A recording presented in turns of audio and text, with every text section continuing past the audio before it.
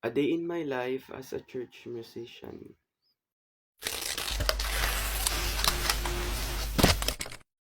So dito nga guys ay maaga na naman akong nagising dahil araw na naman nga ng linggo.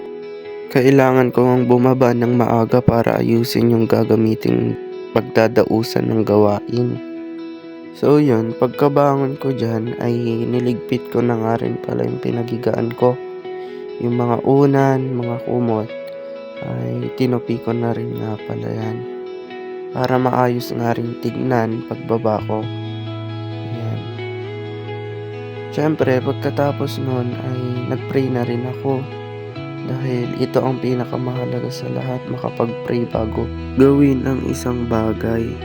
So, yan nga. So, yun. Bumaba na nga rin pala ako dyan para magtimpla ng kape.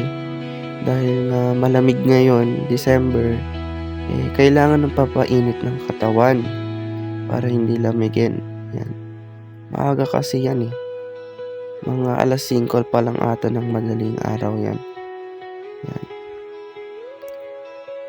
So yan, tamang kape lang, tamang higop.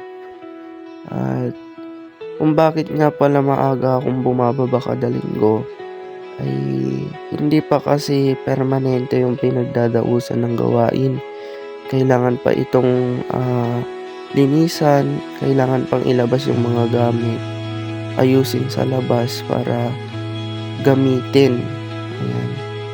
So nilalabas na nga rin pala namin yung mga gamit dyan. Nagpatulong na rin ako kay Papa para madali yung trabaho.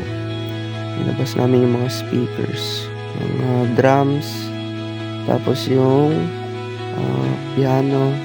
Yan. Ilabas ko na nga pala yung mga gamit dyan. Pagkatapos naman nun ay, ayan, makikita nyo nga, inaayos ko na siya. Para pagdating ng mga kasama naming tutugtog ay maayos na ang mga ito. Nilagay ko na rin yung mga speaker ng keyboard, speaker ng gitara. Ayan. Nilagay ko na nga pala lahat dyan. At katapos nyan ay ilalagay ko nga pala dyan sa taas yung mixer namin. Yan, para sa mic. So, pagkatapos nga pala nyan guys, ay nilagay ko na rin yung mga wirings na magpapatunog dun sa mga speaker. Yan, nilagay ko na nga pala dun. Sinaksak ko na nga pala dyan sa kanang speaker at pati dun sa kaliwa. So, yun. Pagkatapos nga pala nyan ay nilagay na rin ni Papa yung mga extension na magbibigay ng supply ng kuryente dyan sa mga gamit namin. At pagkatapos nito, syempre, sound check na.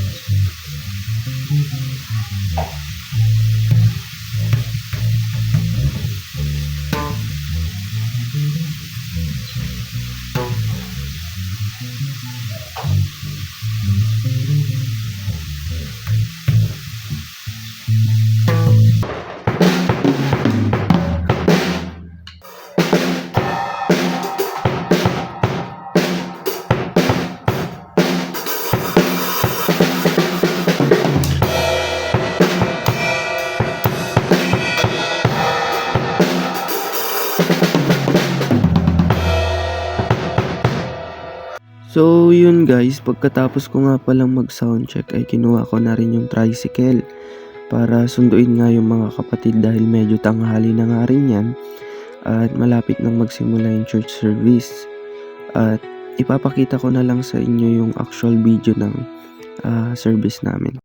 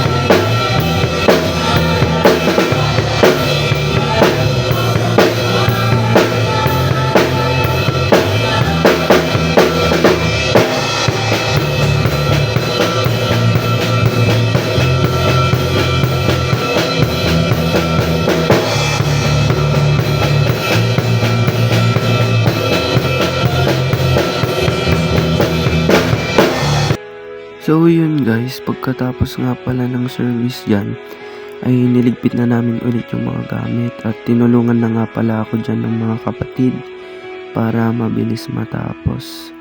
At hanggang dito na lang muna siguro, see you on the next video. At pagpalain tayong lahat ng Panginoon, manatili tayo sa paglilingkod sa Kanya.